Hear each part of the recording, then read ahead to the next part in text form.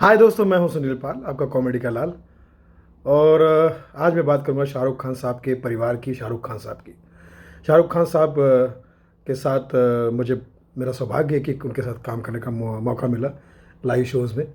मैंने सन 2000 में उनके साथ में काम करने की शुरुआत की और 4-5 साल तक लगातार उनके साथ मुरानीज़ के थ्रू, मैं धन्यवाद करना चाहूँगा मुरानीज़ ब्रदर्स को, जिनके थ्रू मुझे काम करने का मौका मिला। गणेश हेगड़े का डांस ग्रुप और हम सब परफॉर्म करते थे। शाहरुख साहब को मैंने अपनी पहले शो में जब उनकी आवाज़ सुनाई तो गणेश हेगड़े साहब ने कहा कि यार शाहरुख भाई, आपका बंदा बहुत अच्छी आवाज़ निकालता है। उस ज़माने में मैं 5 टाइप की आवाज़ शाहरुख साहब की निकालता था।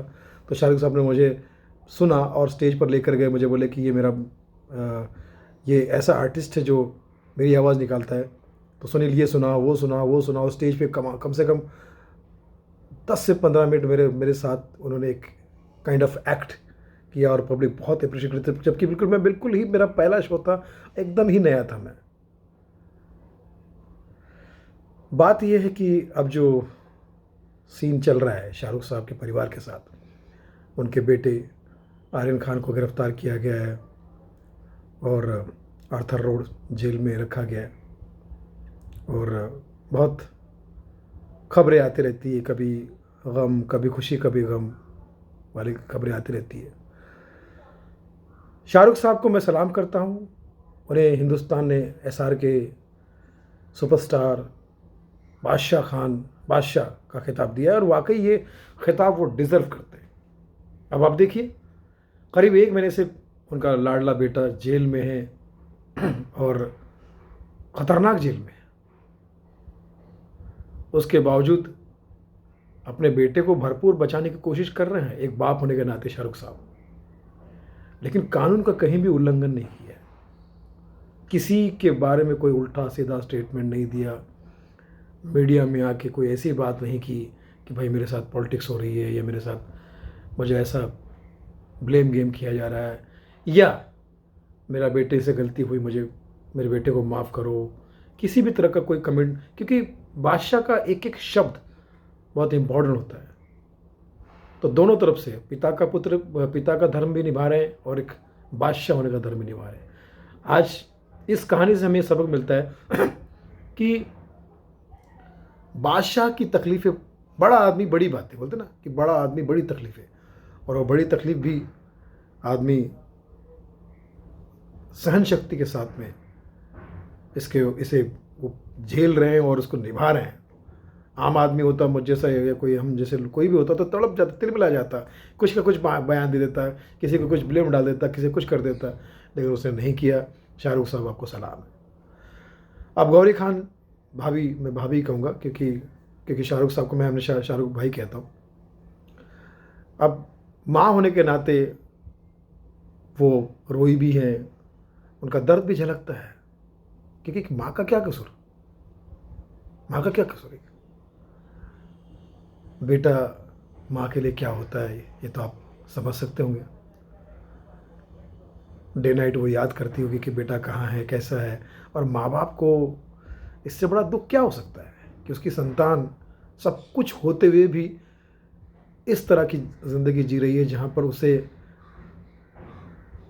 कहीं ना कहीं टॉर्चर ही सहना पड़ रहा है। जिसने कभी फूलों की गुलदस्ते में जिसने जीवन जिया हो, उसको एकदम कांटों में ही डाल दिया गया। शाहरुख और गौरी आपस में उसके बचपन को याद करते होंगे, पैदा होने के सीन को याद करते होंगे, कैसे उसको पाला पोसा, कैसे वो एक एक बात उसकी याद आती होगी। दोनों को नींद नहीं आती होगी। उसके बावजूद भी इस बादशाह और रानी ने, मैं कहूँगा कि कोई ऐसा कमेंट पास नहीं किया जिसकी वजह से किसी को हर्ट हो और किसी को आहत हो। उन्होंने फिर वही कहावत साबित कर दी कि किसी का दुख मेरे खुशी का कारण नहीं हो सकता। हाँ, मेरा दुख अगर किसी को खुशी दे रहा है, मीडिया को या किसी ट्रोलर्स को, चलता रहेगा। अब बात करूंगा मैं आर्यन की।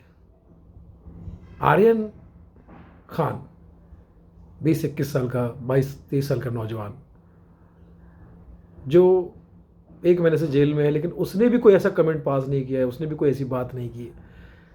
वो सपोर्ट करने को तैयार है। समीर वानखेड़े साहब को बोलता है कि मैं यहाँ से छूटने के बाद यूथ में, युवाओं में अवेयरनेस फैलाऊँगा, कहूँगा लोगों को कि हम यूथ है, हमको, हम देश का भविष्य है, हम देश के लिए हमें करना चाहिए, कुछ अच्छी बातें करनी चाहिए, कुछ अच्छा काम करना चाहिए। और ऐसी बात भी एक बादशाह का बेटा ही कर सकता है। हमेशा पॉजिटिव बात कर रहा है, अभी तक तो उसका कोई नेगेटिव कमेंट आया नहीं। मैं वो बताने की कोशिश कर रहा हूँ कि बड़े लोग बड़ी बातें, मतलब आर्यन खान का जीवन, वो जीवन जो असल में जीवन है और आज वो जी रहा है, बहुत फ़र्क है।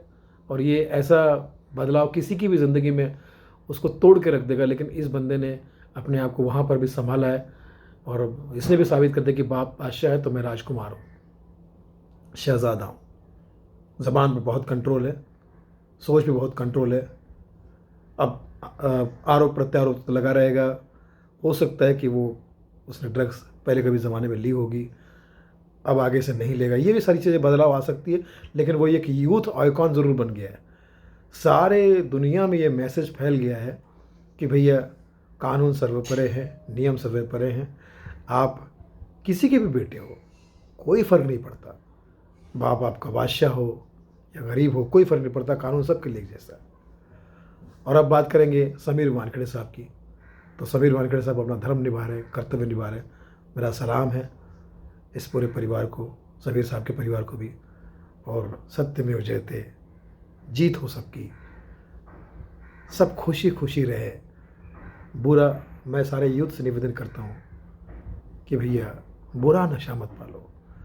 अब आर्यन जब आप बाहर आएंगे तो आपका इतना बड़ा नाम तो हो ही गया है, आप वैसे सुपरस्टार बन गए हो। अच्छा काम कीजिए, अच्छी फिल्में कीजिए और देश और दुनिया को एक अच्छा मैसेज पहुंचाइए कि नशे का काम मत करो, सिर्फ काम का नशा करो। जय हिंद, लव यू।